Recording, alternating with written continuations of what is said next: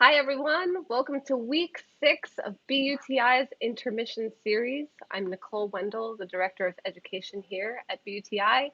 Joining me today is Sarah Vautour, a young alumna of BUTI and recently finished her tenure with the LA Opera Young Artist Program. Hi, Sarah. Welcome. How are Hi, you? thank you. Thank you for having me. I'm good. I'm doing pretty good today. Yeah. You, How are you you? just told me I'm good. You just told me you're in Georgia. Is that right?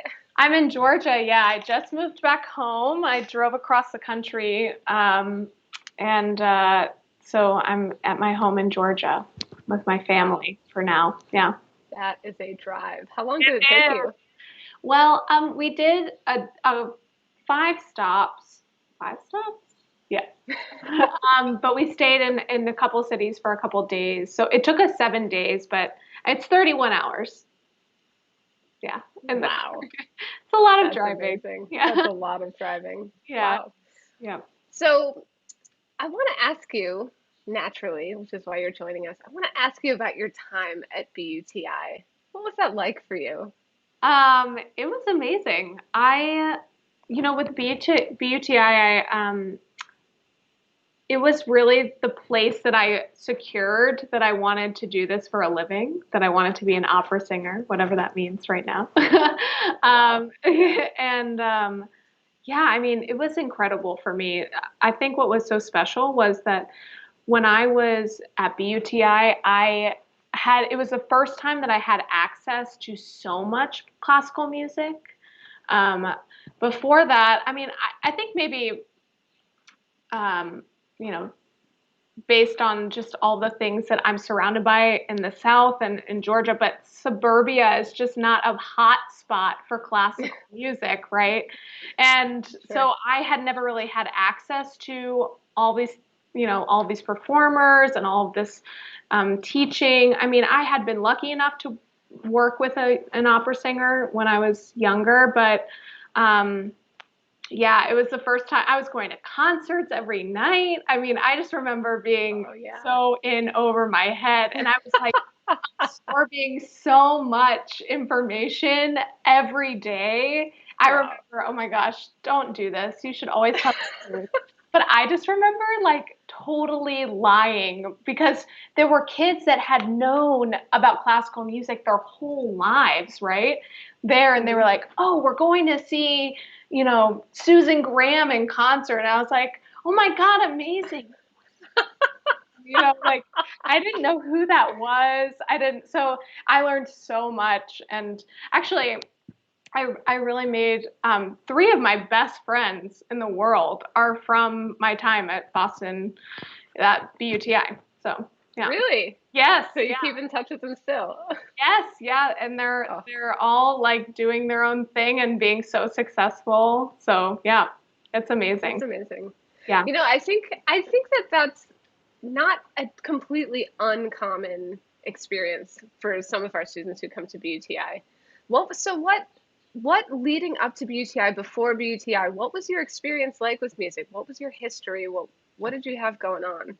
Yeah, so I had kind of dabbled in musical theater and I liked it. I mean, I loved singing. I've always loved singing. But I could not belt to save my life. I mean, that's just not a great quality in someone that's pursuing musical theater. And I remember I auditioned for this musical theater agent, and he was like, "Yeah, you have a legit voice, which, if you know anything about musical theater in the musical theater world, means things like Oklahoma and, Carousel, things like that."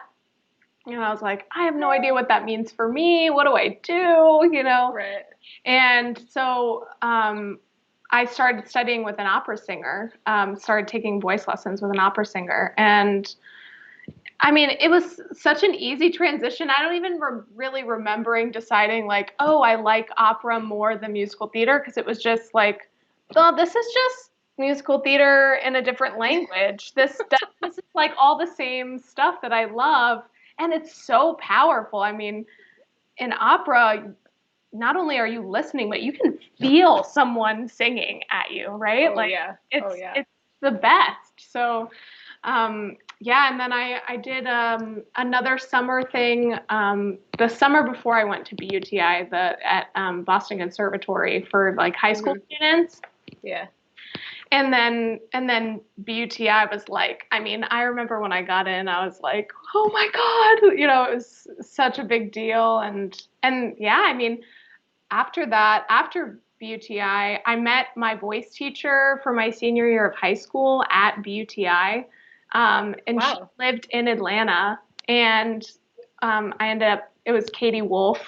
And Oh, Katie. yeah, Katie Wolf taught me my last year of high school and just like whipped my butt into shape I'm for sure. college auditions. And yeah, I mean, so Oh, full that's circle. so great. Yeah. I'm sure. Are you still in touch with her? Not recently, but now that I'm back in Atlanta, I'm hoping to reconnect with her. Yeah. Yeah. Yeah, last week we were speaking with Wynton Marsalis, who told us the story about how he once taught David Krause, and David Krause is on our faculty as a trumpet player at BUTI, and it was just the stories like this that you I know. connect with a teacher and they follow you forever. Oh, it's just What's so beautiful. weird about it now is that like BUTI just was like this mecca of, men and women that I just admire so much. And now my colleagues are starting to teach at BUTI, and it's so strange to me. It's amazing. I love this cycle, Yeah, it's It's an such a incredible family. cycle. Yes, exactly. Such a family. Yeah. When you switched, I don't want to say switch, but when you stepped toward the opera world in away from the musical theater world, did that feel like home, like you found your spot, or did that take some adjustment? I don't remember it feeling like it took adjustment. I mean, obviously it took adjustment because I was singing in different languages, and my teacher was so patient with me. I don't even remember, like, to be honest with you, feeling like there was a transition. It just felt like I do remember feeling like, oh yeah, I'm way better at this. Like this Yeah, is this is way better. This is a way better fit. And I just felt like it was an automatic, like, oh, you know, I'm succeeding at this quicker. sure. Yeah, that makes sense. That reminds me of a student question that we had. Um,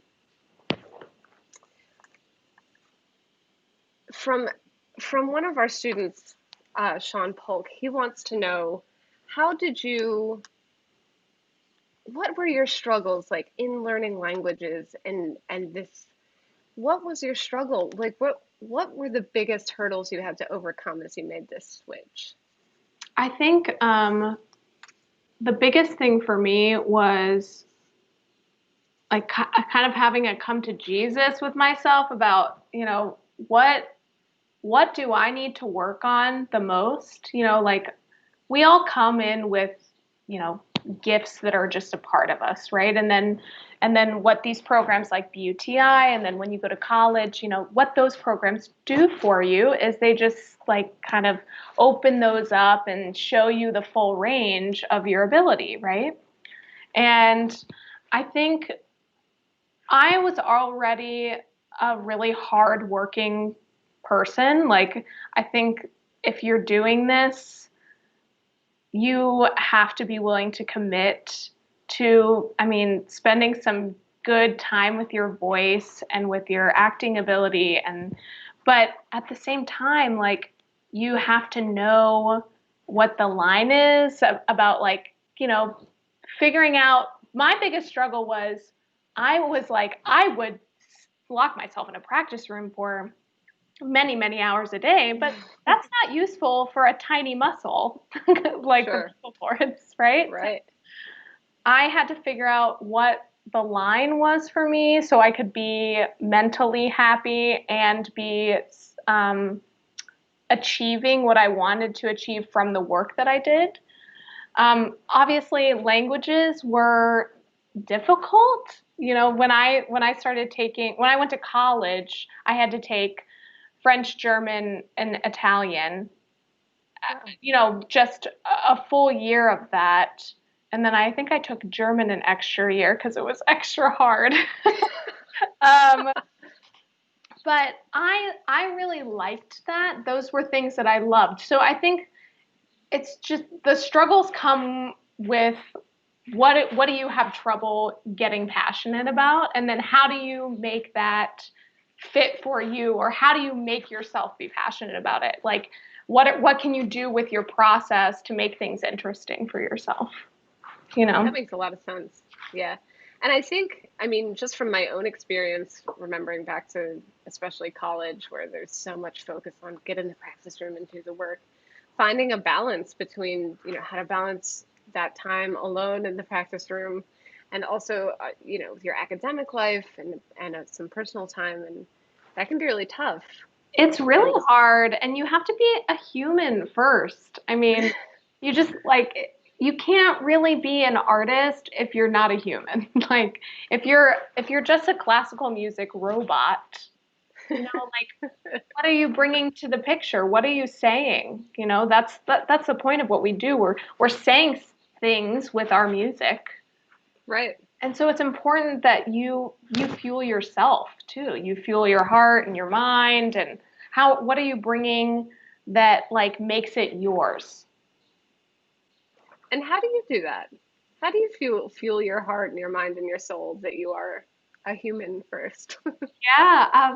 Well, I mean, that was a big learning curve for me because like I said, I have a really easy time just kind of doing the monotonous work.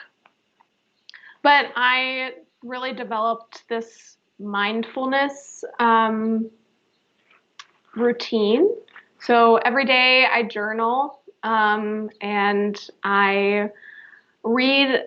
If anybody that knows me, I'm like at any given time reading some kind of Brene Brown book or like some kind of mindfulness book or something so that I'm getting to know myself really well. I mean, the work that I put in to know my voice is extraordinary, and why wouldn't I do that same thing to know myself?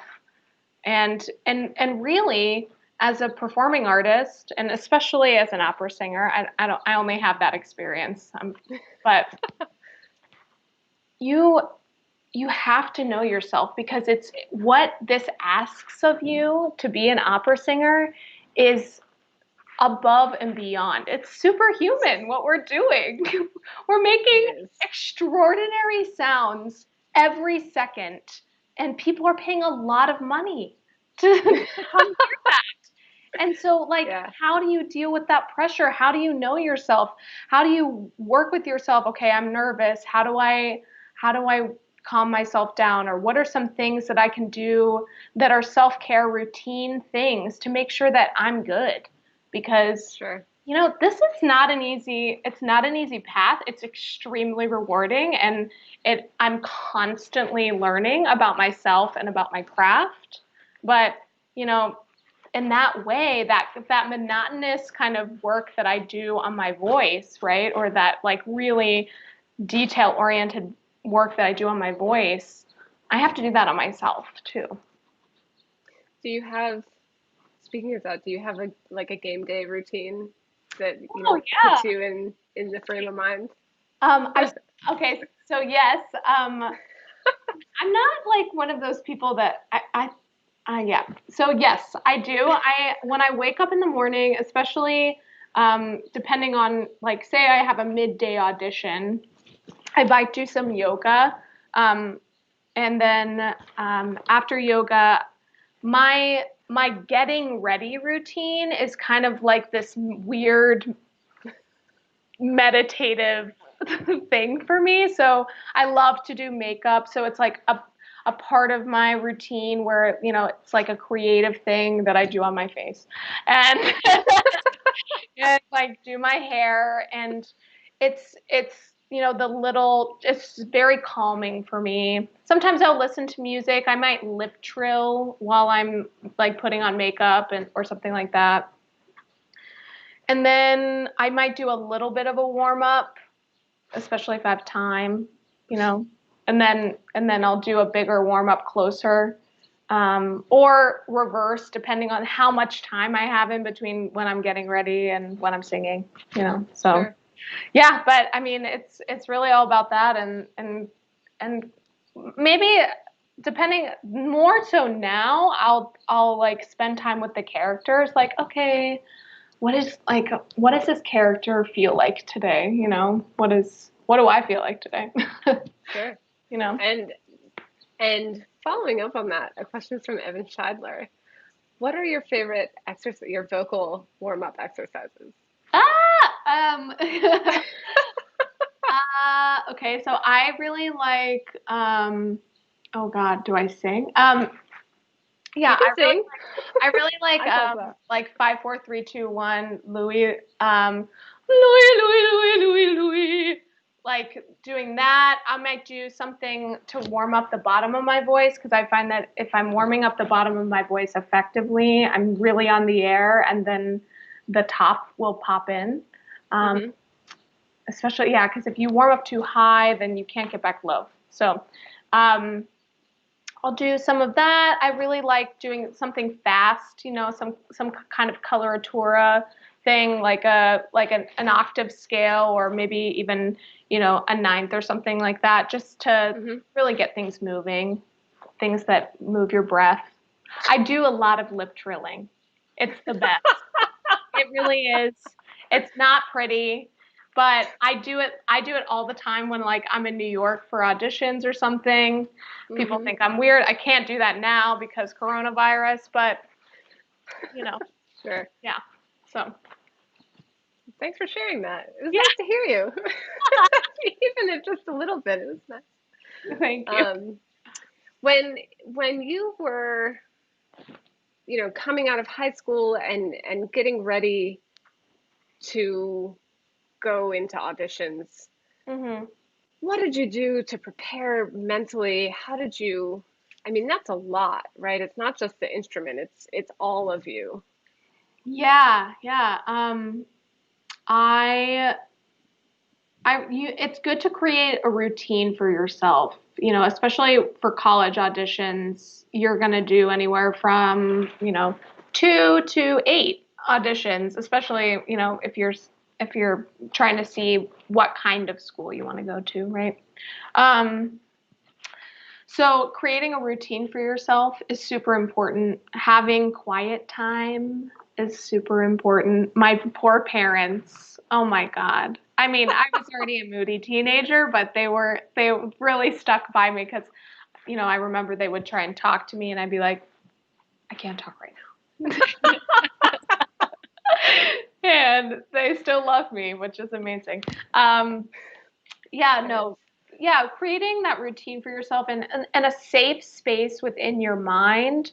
I would say that, especially if, you know, audition season is very mentally stimulating and stressful. So, don't get to the audition site way ahead of time. Or if you do, go somewhere and get a coffee beforehand, so that you're not on the site psyching yourself out. It's really important to stay grounded in yourself and know that it's just about you and your performance. It's not about the person before you or ahead of you. I mean, before you or after you. And the panel wants you to do amazingly. They're Right. rooting for you. They want you to do your best. So, like, owning what you have to offer, and knowing, like, saying to yourself, I remember someone told me this at BUTI. Someone said to me, no one else can do this like you do. And you have to say that to yourself. No one else does this as well as you can. And that's true, because everybody has different gifts. Everybody's given something, maybe you're really musical, or maybe you're really great at coloratura, or maybe your low notes are amazing. So Yeah. just finding solace in that and just go for it. Yeah, I also would recommend, for those of you who are going to auditions, I've been to so many auditions, bring some earplugs or some noise canceling headphones. I remember at one of I think I took 5 college auditions, and one of them I was sitting outside, and I'm sure some doctoral student was ahead of me, just like I'm a violinist, so he was in there just nailing the Tchaikovsky concerto. I was sitting outside the door, just listening to him or her play absolutely perfectly. I was crying before I ever went into the audition, and at that moment, I remembered I think I should bring some earplugs every time I do this. Yes. Yeah. Yeah, Yeah. it's That is helpful. Yeah. Just like have a way to get in your zone and just be like, block out the world. Because it's not yeah. afterwards you can participate in the world, go get some food, whatever. But before that, get in your zone. What was the audition process like for the Young Artist program at LA Opera? Was that similar to a college audition? Was it super different? Tell me about that experience. It was similar to a college audition, but you're auditioning for opera companies. I had already created a relationship with a couple of opera companies, just with people that I had worked with. So it was really nice because a lot of times I was walking into a company and I knew a friendly face, and if I didn't, that was okay. I mean, um, it's stressful. It gets more. It's like what's amazing about it is that you get better at your craft over time, right? But you get more Hmm. nervous, which is crazy because you're getting so close, right? You're getting close to the dream. And Right. yeah, so for LA, I I auditioned in Los Angeles. I remember they had run out of audition spots in New York, so I flew from New York to Los Oh Angeles. my gosh. Yes. And if you know anything about singing, it's really hard with flying. Anyway, Right. so it was actually it's a cool story. I walked in and I sang Qui la voce from I Puritani, and I just felt like I nailed it. How often do you feel like that? But I Yeah. feel like I was like, wow, I really feel good about that. And and then they looked at me and they were like, okay, thank you. And they had been asking people to sing too. And I was like, oh my God, Oh my what gosh. God, I thought I nailed it. So I walked out and I was like, okay, well, flew to Los Angeles. Here we are. Uh, and I was walking away, and the proctor ran after me, and she was like, wait, they want to talk to you. And Oh. I was like, oh my God, what? Like my stomach was in my throat.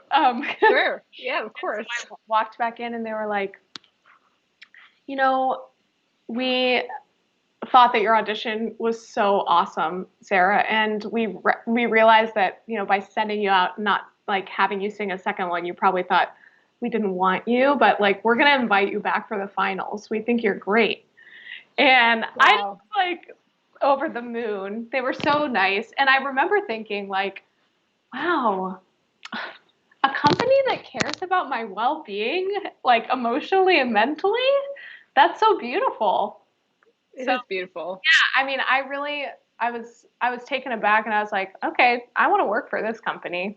Like, and Yeah. then I had to audition. The finals were in Carnegie Hall, um, and Wow. that was crazy. I sang for Placido Domingo and Joss Winograde and Susan Graham, and I remember being backstage for that and just being like, ah. And the guy that was working backstage, he's like, pretty nervous, huh? I was like, I was like, yeah, Yeah. pretty nervous cuts it. Yeah.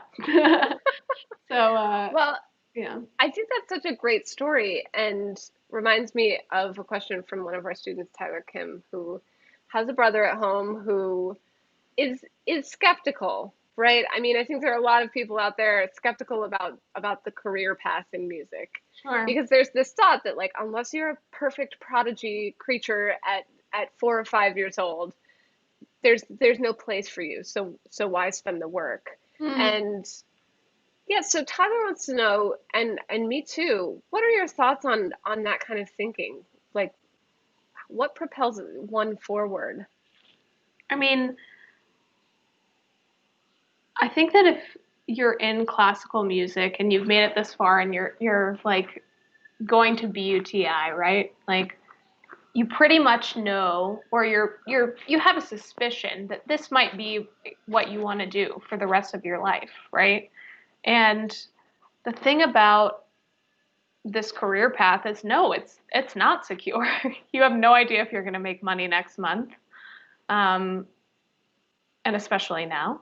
But I mean, if it's the only thing that you can think of doing, then you have to do it. I mean, there's so many people that I know that are doing something that they don't feel passionate about, and you can find joy in the little things, right? But if you have a gift and it makes you feel passionate and joyful, then why not? I mean, okay, yeah, you have to lose money, but money will come. Money, you can always get another job to support yourself. There are so many ways. And I mean, I'm even having to do this right now, right? Like, I can't think of anything else I would rather do than sing opera. But right now, I don't have the opportunity to sing opera. So I'm having to figure out what else I can do in the meantime so that I can pursue and what I love. And so, I mean, I think if you're not a prodigy, that's kind of a fatalist approach, I feel. Like, I mean, Sure. it's not it's not realistic. I mean, if we're talking about being realistic, right? Right. What's realistic is that you can do what you love and make money. And sometimes they even go together. And that's great. It is great. Yeah. Thank you. Thank you for sharing your thoughts on that. That was really beautifully said. Thank you. And I think we can all take it to heart to remember that if it's what our dream is and if it's all that we can think about, if nothing else, it's worth a go. Right. And in the end, where you find yourself in this field or in your life, whether it's in this field or in this field in an orbital way or in a completely different field, but really engaged in being an audience member or a participant in that way, it is with you forever and Right. and should be pursued, I think. I agree with you. I think that success is about so much more than the money making part of it, or titles or things like that. It's about, how does it make you feel?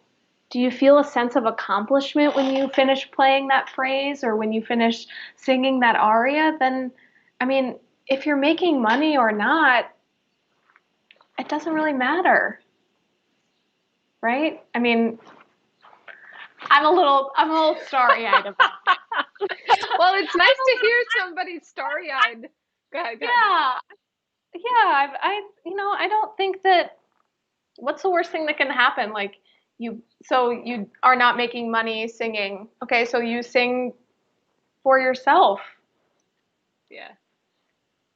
If you're doing it for the recognition, and that's a constantly moving horse. Like, you are not going to be able to catch up to that thing. So, you know, you gotta figure out what it means to you. I was going to say, it's nice to hear somebody be continually starry-eyed, even in the face of what seems like kind of a dire situation. And Yeah. it leads me to wonder, what have you done to keep yourself being so starry-eyed at this time? Well, I'll be honest with you. I am not always feeling this way, but in my best moments, when I know the truth, that's what I really know to be true. But you know, I'm doing things to take care of myself, which means that I'm doing things I love, like practicing and yoga and journaling. I mean, I'm very lucky because for the first part of COVID, I was working, as a LA young artist. I was recording, coaching, having lessons all online. So I was very fortunate, and now I'm home and I'm kind of dealing with what everyone else started at the beginning with. So yeah, right now I'm feeling sad. I'm feeling sometimes hopeless, but I know that I really believe that this is so temporary and that people are thinking of creative ways like this, even this interview. People are thinking of creative ways to engage audiences and keep opera alive.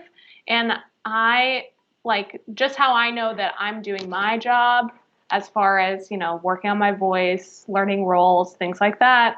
Other people are doing their jobs too to make sure that opera's happening, and maybe we're a little at a standstill right now, but it will start again. That's true. And on the technical side of things, one of our alumni and current student, Dami Akani, wants to know if you have a new method or anything different that you're doing to train your voice during this pandemic period. Well, I think that COVID has really,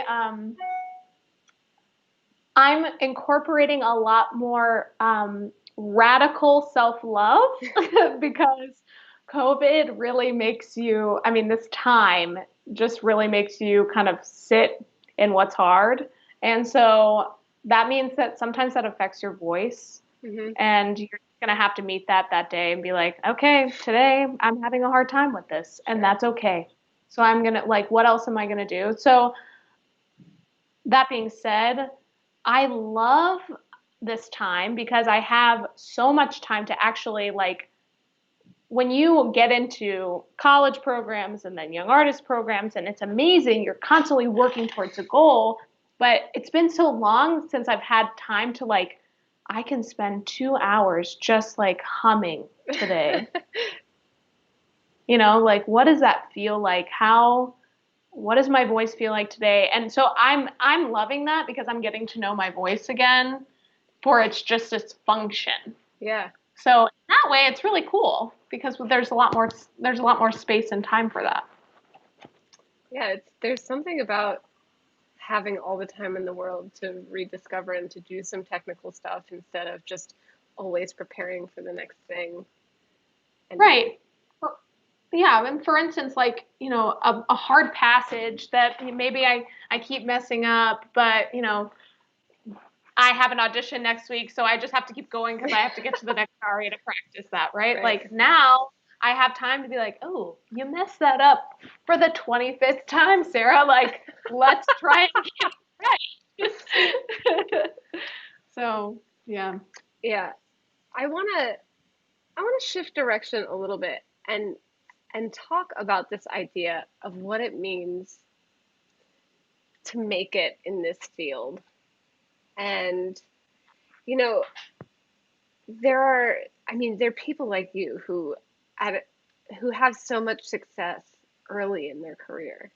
And it's possible that, you know, you have made it and that's it and you feel on top of the world and then what? And I'd love to hear, what does it feel like? What are your thoughts on that? What's next? What happens? Yeah, I really don't like the make it rhetoric because it makes it seem like that there's this attainable end goal, and it's not that. It's an ever shifting thing. I mean, if you remember learning to swim with your parents and they would like back up while you were swimming towards them, that's the whole career. What a great metaphor. Yes. So like you never get to your parents' arms because they keep making you swim, Mm-hmm. You're so close, but maybe they go back or faster this time, And so yeah, I think actually I remember hearing Joyce DiDonato talk about this when I was in college about like how there's not a make it thing. Even she who is so successful, there feels a sense of, the imposter syndrome or, you don't get to put that away just because you're successful, And so it's kind of what we were talking about before. What does success mean to you? Does it mean that you feel happy in your life? Does it mean that you are finding joy in your accomplishments and in your failures? Then like to me, that's making it for me. But, because I, for so long, put my happiness in the hands of my success, like my outside success, Right. What school did I get into? Did I get this role? Blah, blah, blah. And in my master's, I wasn't cast ever in a show. Wow. And so it was awful because I just was having to have a reckoning with myself with being like, oh my God, what am I doing wrong? Or am I doing anything wrong? What's going on? Why am I doing this? People keep telling me I'm not that good at it. Like, why am I doing this? And I really had to like have a conversation with myself and be like, why are you doing this? Why are you putting your happiness or your vision of success in the hands of other people? Because that's unattainable because it changes with each and every person. That's right. Each and every company, every moment. One day it might be like during COVID, it might be a success one day if I just get up and brush my teeth, But like another day, I might sing through a whole opera. Right. Right. So which one of those is successful? Right. Yeah, I think something that I wish that I had known at this age, at the BUTI sort of high school age, that if I want a seat in an orchestra, I wouldn't just be happy, right? Yes. I wouldn't feel like, okay, I've done it. Everyone can tell me I'm great. I can tell me I'm great. Well done, me. Right. I remember, the audition, first round, second round, final round. Congratulations, we're going to give you a contract. And feeling like, oh, okay, cool. Right. But not like, I made it, top of the world. So I think what I wish I had had at that age is somebody to tell me that I should set some personal happiness goals, right? Yes. Like you're talking about, like I want to get to this place in my heart. I want to be somebody who practices yoga regularly, or having some personal goals that are not so tied to professional success. Yes, I know. I mean, what you were saying, I had that same thing. I remember I got to LA Opera and I was feeling, I mean, a life transition is so hard, Sure, yeah. right? Like, especially when you're entering a new atmosphere and you're trying to settle in. And I remember being like, well, I'll just be happy if they give me the role of the Dew Fairy, right? Mm-hmm. So they give me the role of the Dew Fairy, and this was my moment where I was like, oh, I feel the same. Interesting. Okay. Yeah. Looks like it's on me. Looks like it's on me, not them. Yeah. Looks like it's my work, not theirs. And it's tough. Yeah. I mean, because it does feel good to like have outside affirmation and the accolades and the titles and things like that, but those things are so transient and they cannot be depended upon. Right. And I think careers also by nature don't look like this, right? Oh, There's a lot of this. I mean, I think it's a little different in my world, so I'd love to hear you talk a little about what it's like to be in your world. But when a production ends, what happens next? If, you feel so sad. You really do. You feel so sad. You're like, I just poured all of me into one thing. And then you like go back to normal life and you're like, okay, how do I do this again? Yeah. No, but I mean it's hard. It's really hard. You have to know that like, okay, I did my best. And now like the next thing.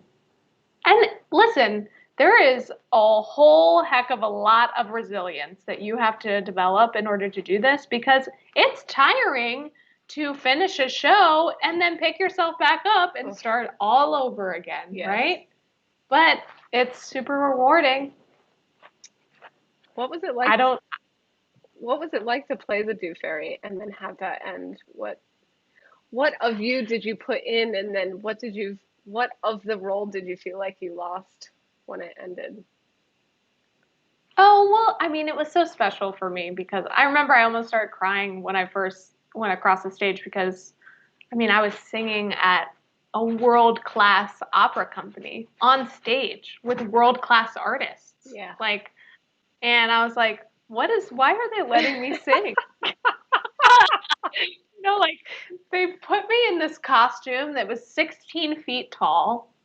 It was like, and I was wearing this light up wig. I looked like Sonic the Hedgehog, but like a star. But beautiful. Yeah, but beautiful, right? And like, so they're pushing me across the stage, and it was so fun because I'm singing this beautiful song about how, the sun is rising, there's dew on the grass, and life is joyful. And like, there are these guys that are like really struggling behind my tower of a costume to like push me across the stage. And yeah, I mean, when you finish that, you're just like, oh, what a fun thing. Plus, you get close with your cast members, and I mean, that's what's so amazing about being an artist, right? You meet all these people all over the world. You have friends everywhere. But I mean, yeah, it's sad, but for me, that was like, okay, they let me sing on stage, so I must be doing something right, or and then I was like, okay, next thing. Must be hard. Oh, it is hard, but it's amazing. What are your like goal roles, or what are you looking for? Oh yeah, I mean, I want to sing Lucia so bad. I just want to roll around in blood in a wedding dress. I mean, who more doesn't? than anything in the world. But also because she is amazing. Like all these men in her life are like telling her what to do, and she does what they tell her to do, and then she's like, "Well, looks like it's on you because I just went crazy," like, and it's amazing. I love that role. Violetta and Traviata is like, goal role. Especially that moment. I was just talking about this the other day with someone about where she reads the letter in the third act, and then she goes, "Hey, tardi," and so dramatic. Like the most dramatic moment of the opera is when she speaks. Oh, interesting. Yeah. Yeah, it's crazy. But I mean, a number of roles. I love. I like the really dramatic stuff more so than like roses and butterflies and unicorns and things like that. Which those rules exist, and then you have to make your own. So makes sense. Yeah. In this, do you have any eye to the future? What do you think? I was in a meeting actually the other day with a group of people, and one of them was an opera producer, and he was telling us all about the plexiglass that was up and the distancing, and what do you see coming for vocal work? I mean, opera or even choral singing. Yeah. I think I do see there being a future. I mean, people are being really creative. We're struggling in the US because the arts are not subsidized by the government. So what that means for us is that we just depend on ticket sales and donations and things like that. And in Europe, they are already performing again. because they're subsidized by the government and can and have the flexibility to only sell half the house, Sure. Or a third of the house. Sure. To keep people So distant. people are distanced, and then like I think it was Teatro Real, like they did Traviata in squares, so people were spaced out. It's amazing. You should go look it up. It's so cool. To. But people are getting creative. It's just it's harder in the States. For me, what's next is that I'm looking to move to Europe as my next step. Just there's more work, there's more houses, but I have to be, my passport's not really useful right now, so it's just a hard time. So you just wait it out, and then when the moment comes, you just go. Makes sense. Yeah. You just sort of answered my favorite question to ask right at the end of these interviews, which is what's next for you. But I do want to carry on because a lot of people, vocalists and instrumentalists alike, have had this question of like, do I make the jump, the leap to go across the pond, if you will, to Europe? And it sounds like you have at least a loose sort of plan, or at least an idea, a dream of what's next. So how did you make that decision, aside from there being more, and what kinds of things will you do to make that a reality? That's a great question, and that's something I'm asking myself right now. Yeah. I made the decision, as I was coming close to the end of my tenure with LA Opera, and just being like, what is next? It's a hard thing to be a young singer with, I've been so fortunate to have a lot of opportunities through LA Opera, but, it's hard to build a career for yourself in the States. It just is. And my agent, Jeff Larson, always says, like, word doesn't travel from west to east. It travels from east to west. So what that means is that, like, go over to Europe, be successful, do your thing, and people will hear about it. Or you stay there. I don't know if you know anything about the Fest system in Germany. Loosely, yeah. Yeah. So, I mean, that's like guaranteed pay and benefits, and like that's actually, would you mind telling more about that for those who are watching who might not know? Sure. Yeah. So the Fest system is you audition for a spot in what they would call an ensemble. And those people that are in the ensemble are the people that are pulled from to cast the operas at the house for the whole season. And then they have some guest artists come in as well. But like these people are used throughout the entire season. So you might be in, anywhere from 1 to 6 shows in a season, let's just say. And you are given a salary. You have benefits. You basically just have guaranteed work, which is like a dream in our world, right? So, yeah. But it's not an easy position. It's a coveted position, and it's not like it used to be 20 years ago, right, where you went over to Europe and people were like, yeah, we have so many jobs. Here, you have a job. You have a job. It's like, yeah, we don't have very many spots because everyone knows now that right, that this is a great job. Right. So, but there are still more opportunities just because it's embedded in their culture. Opera is like, oh yeah, opera. I went to the opera last week, Haha. And it's totally normal. You're just like out with your friends. It's what you do.